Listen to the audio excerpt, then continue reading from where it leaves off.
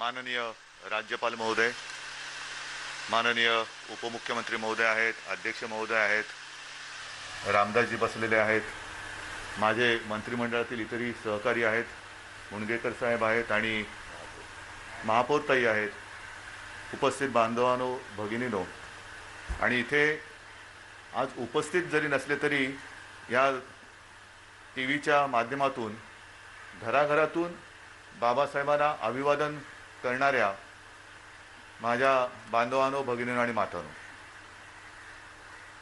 दरवर्षी या सागराशी स्पर्धा करणारा एक निळा भीमसागर इकडे उसळतो. कोणता सागर मोठा, कोणता सागर खवळलेला याचं वर्णन करणं कठीण जातं. सागर म्हटल्यानंतर खवळणं आलं आणि शांत होणंही आलं. आजचा हा महापरिनिर्वाण दिन आहे. हा 64 वर्षानंतर असा वेगळ्या परिस्थितीत आपण पाळतो आहोत, कारण करोनाचं संकट हे आपल्याला सर्वांना कल्पना आहे. आणि म्हणून या महामानवाला अभिवादन करताना माझ्या मनामध्ये एक विचार आला की आज बाबासाहेबांना सुद्धा एका गोष्टीचं समाधान वाटलं असेल की ज्यांच्यासाठी मी जीवन वेचलं तो माझा सगळा बांधव समाज शिस्त कसा पाळतो, देशाला समाजाला कशी मदत करतो, याचं आजचं हे जे काय दृश्य आहे ते बघितल्यानंतर त्यांना सुद्धा एक समाधान वाटलं असेल की खरा भक्त किंबहुना खरा भीमसैनिक कसा असावा. मी जे काय आयुष्य वेचलं ते फुकट गेलं नाही. ज्या वेळेला गरज असेल, हा एक काळ होता की जेव्हा एक क्रांती करण्याची गरज होती, वैचारिक क्रांती होती, सामाजिक क्रांती होती, आणि ती क्रांती केल्यानंतर जसं एका काळाप्रमाणे वागण्याची आवश्यकता असते तसा हा माझा समाज वागतो आहे. म्हणून मी तमाम भीमसैनिकांना आणि माझ्या आंबेडकर भक्त बांधवांना, भगिनींना आणि मातांना धन्यवाद देतो आहे की आपण एक अद्भुत दर्शन दरवर्षी घडवत असता तसं शिस्तीचं आणि संयमाचं अद्भुत दर्शन याही वर्षी आपण घडवलेलं आहात. बाबासाहेब म्हटल्यानंतर नेमकं काय बोलायचं हा एक प्रश्न असतो. कारण हे पुस्तिका मी पाहिली, जुने जुने फोटो बघितले, तो संपूर्ण काळ जिवंत झाल्यासारखं वाटलं.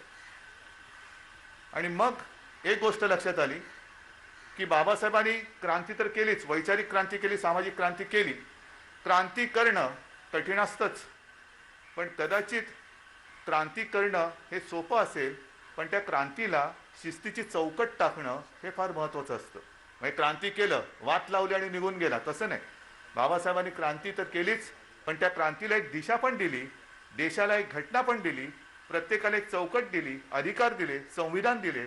आणि अशी व्यक्ती मला नाही वाटत पुन्हा कधी होऊ शकेल.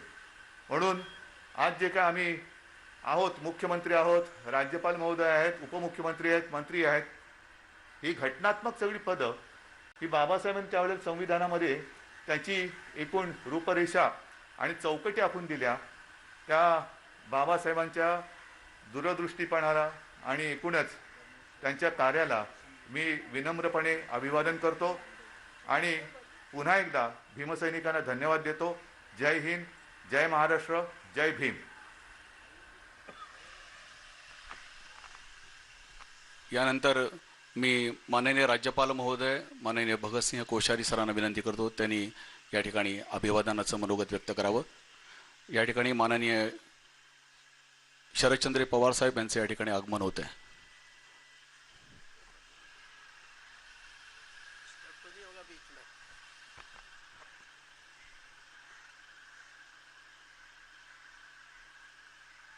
पूज्य बाबा साहब अम्बेडकर के महापरिनिर्वाण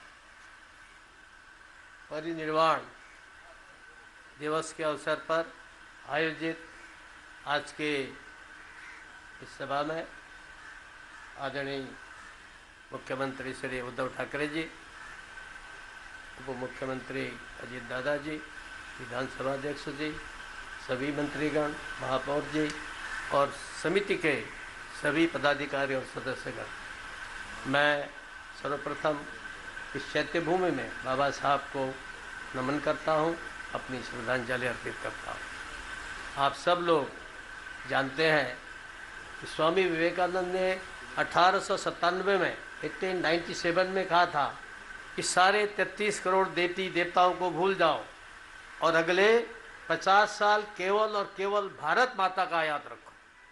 मुझे लगता है कि उनके इस आवाज़ को बाबा साहब ने एक नई स्थिति दी, एक नया अध्याय उन्होंने जोड़ा और इस भारत को एक करने के लिए जो भारत का संविधान उन्होंने बनाया है और सचमुच विवेकानंद के उस भविष्यवाणी को सही सिद्ध करता है।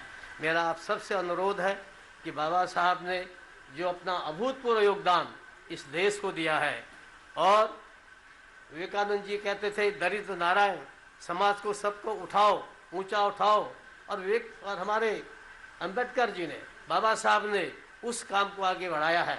और आज ये फिर से एक ऐसी आवश्यकता है जब देश कोरोना से सारे देश परेशान है, सब जगह छोटे छोटे देशों में भी भारत से ज़्यादा लोगों की मृत्यु हो रही है, छोटे छोटे देशों में भी यहाँ से अधिक संख्या में लोग बीमार पड़ रहे हैं। भारत में क्यों नहीं हो रहे हैं? भारत में उससे कम क्यों है? ये भी महाराष्ट्र में बहुत ज़्यादा होते हैं, उससे कहीं कम है।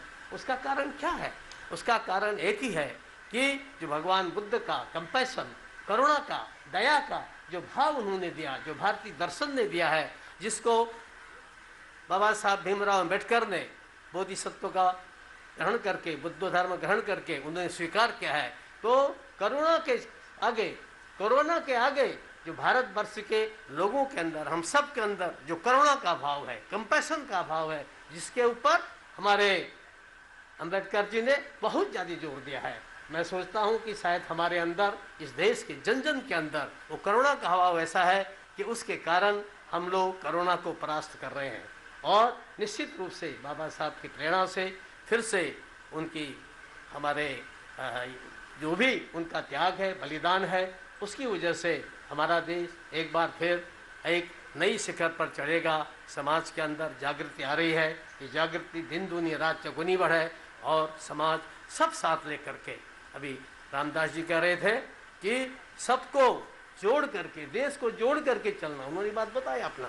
तो वास्तव में देश को जोड़ करके चलना ये सबसे बड़ी आवश्यकता है। हम सब उस दिशा में आगे बढ़ें और हम बाबा साहब का सपना साकार हो, यही मेरी इसमें विनती है। आप सबको बहुत बहुत नमन, कमेटी वालों का बहुत बहुत धन्यवाद। आजच्या परमपूज्य बोधिसत्व भारतरत्न डॉक्टर बाबासाहेब आंबेडकर यांच्या महापरिनिर्वाण दिनाच्या निमित्ताने या ठिकाणी अभिवादन करण्यासाठी आपण या ठिकाणी सारे जमलेलो आहोत। या कार्यक्रमाचं थेट प्रक्षेपण सह्याद्री वाहिनीहून जगभरात केलं जातंय आणि आपण बघतोय की राज्यपाल आणि मुख्यमंत्र्यांनी तर अभिवादन केलंच आणि काही क्षणांपूर्वीच तिथे राष्ट्रवादी काँग्रेस अध्यक्ष शरद पवार यांचं देखील आगमन झालेलं आहे। आज महापरिनिर्वाण दिनानिमित्तानं डॉक्टर बाबासाहेब आंबेडकर यांना अभिवादन करण्यासाठी राज्याचे प्रमुख मुख्यमंत्री आपण बघतोय उद्धव ठाकरे काही वेळापूर्वी पोहोचले होते। हेलिकॉप्टरमधून इथे चैत्यभूमीवर पुष्पवृष्टी देखील करण्यात आली आणि तेव्हा या कार्यक्रमाच्या दरम्यानची आणि एकीकडे हेलिकॉप्टरमधून जेव्हा पुष्पवृष्टी करण्यात आली तेव्हाची ही दृश्य आता आपण बघतोय। यावेळी सामाजिक न्यायमंत्री धनंजय मुंडे, त्याचसोबत इतरही मान्यवर उपस्थित होते। भालचंद्र मुणगेकर, त्याचबरोबर मुंबईच्या महापौर किशोरीताई पेडणेकर देखील या कार्यक्रमात आता उपस्थित होत्या। कोरोनाचं संकट आहे यावर्षी आणि त्याच्यामुळे घरूनच अभिवादन करा आणि या कार्यक्रमाचं थेट प्रक्षेपण पहा आणि त्याच्यातूनच डॉक्टर बाबासाहेबांना अभिवादन करा असं आवाहन सरकारनं केलं होतं। एकीकडे जर आपण दृश्य बघत असू तर राष्ट्रवादी काँग्रेसचे अध्यक्ष शरद पवार आता अभिवादन करण्यासाठी आत पोचलेत, तिथली ही दृश्य आपण बघतो। त्यांच्यासोबत सामाजिक न्यायमंत्री धनंजय मुंडे देखील आता उपस्थित आहेत। कोरोनामुळे सरकारकडून हे आवाहन करण्यात आलं होतं आणि एरवी आपल्याला माहिती आहे की आजच्या दिवशी नवीन ऊर्जा घेण्यासाठी, चैतन्य मिळवण्यासाठी येत असतात सगळेच अनुयायी आणि मोठ्या प्रमाणात इथे गर्दी झालेली असते। 2 दिवसांआधीपासूनच मुंबईमध्ये मोठ्या संख्येने अनुयायी येत असतात। पण यंदा कोरोनाचं संकट आहे आणि त्याच्यामुळे फिजिकल डिस्टन्सिंगचं पालन, त्याचबरोबर मास्कचा वापर करा असं आवाहन करण्यात आलं होतं। एका पुस्तकाचं देखील प्रकाशन होताना आपण या व्यासपीठावर बघतो आहोत।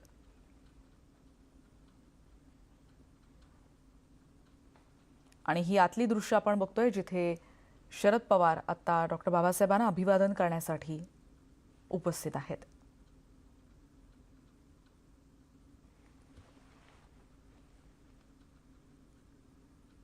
एरवी 6 डिसेंबर म्हटलं की आपल्याला माहिती आहे की शिवाजी पार्क आणि सगळ्याच परिसरामध्ये मोठ्या संख्येनं आलेला भीमसागर आणि त्याच वेळेला पुस्तकांचे स्टॉल्स असतील किंवा त्यांच्या विचारांची प्रतीकं असतील किंवा वेगवेगळ्या पुस्तकं घेण्यासाठी मोठ्या प्रमाणात गर्दी असते. कारण आजचा दिवस हा नवीन ऊर्जा देणारा असतो आमच्यासाठी. 364 दिवस आम्ही या दिवसाची वाट बघत असतो, अशी प्रतिक्रिया सगळेच अनुयायी व्यक्त करताना दिसतात.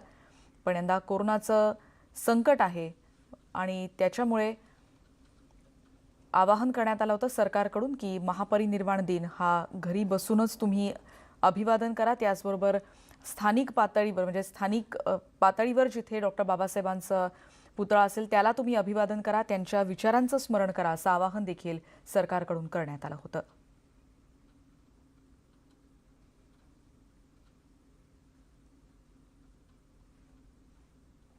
मुख्यमंत्री हा कार्यक्रम झाल्यानंतर आता पुन्हा रवाना होताना दिसत आहेत आणि एकीकडे शरद पवार देखील आता डॉक्टर बाबासाहेबांना अभिवादन करताना दिसत आहेत.